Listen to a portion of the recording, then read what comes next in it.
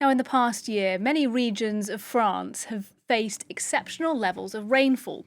According to the National Weather Agency, the country experienced, on average, almost 30% more rain than the year previously.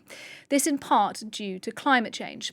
It's happening elsewhere in the world too, many cities experiencing significant flooding, and some have decided to rethink their urban planning as a result.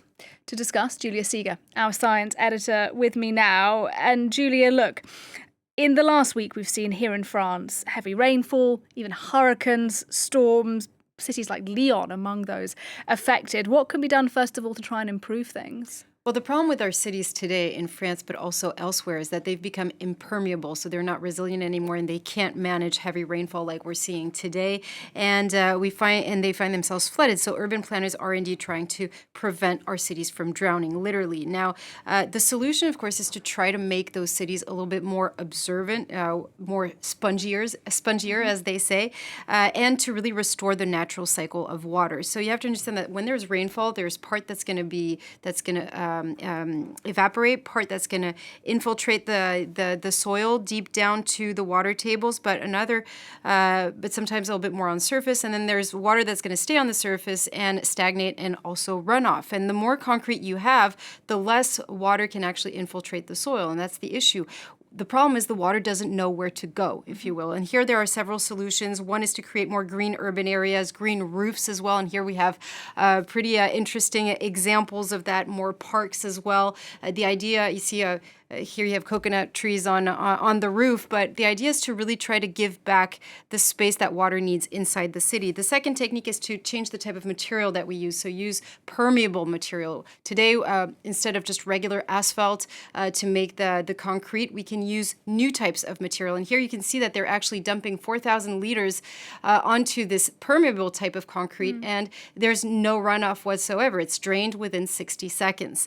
It's essentially to create also water retention areas. So those are designed to capture and store water. So it can be like ditches, for instance, along the sidewalks like you're seeing here, that we see this often in France. And the idea is to reduce pressure also on the sewage system. And that's the other thing. In France, a lot of the stormwater is still connected to the city's sewer system, and it creates, of course, overloads and overflows. So that's another important area. So the idea here is to really create these sponge cities, and here actually China is quite a vanguard, but here in Europe as well, we have great examples. Copenhagen, for instance, is a very flood-prone city, and these are the pictures from 2011, July 2011, catastrophic floods. They decided then that they were going to change everything. They changed the entire city, so they added green areas, extra gutters, different types of evacuation systems, but also redesign the entire underground tunnel system, which is huge. Now, what's interesting with this specific example of Copenhagen is that it's not just that they created infrastructure dedicated to water management, but every single infrastructure they created, it had to be thought in such a way that it was going to play somewhat of a role in the water management system of the city. So let me just give you an example. Let's take this basketball court. You're going to see on this picture, it's been somewhat semi-buried. So it's below the ground a little bit, as you're going to see on the picture. And what happens is that when it rains, it can actually take in all of the water, and it's replaced and it changes into a fountain, as you're going to see here. And that's true for parks as well. They're all somewhat semi-buried. So the idea is that the water is going to flow there and not in houses. Now, today, cities are trying to find out what their degree of sponginess is, and New York has done it. They've mapped it, but also Kigali and Rwanda, everywhere in the world, they're mapping this to really see how absorbent the city is.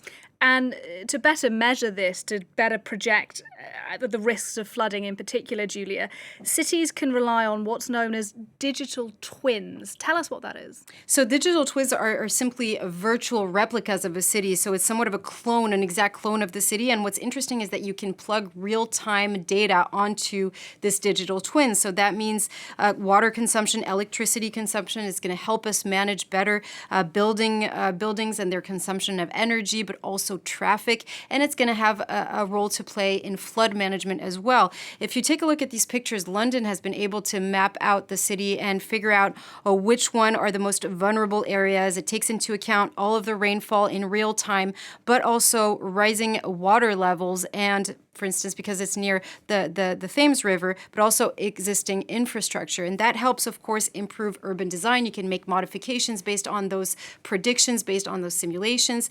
And because it's real-time overview, it helps you also deal with the situation, and it helps authorities take rapid decisions. Now, as I told you earlier, there's a lot of countries in Europe that, have been using this, Germany, Belgium.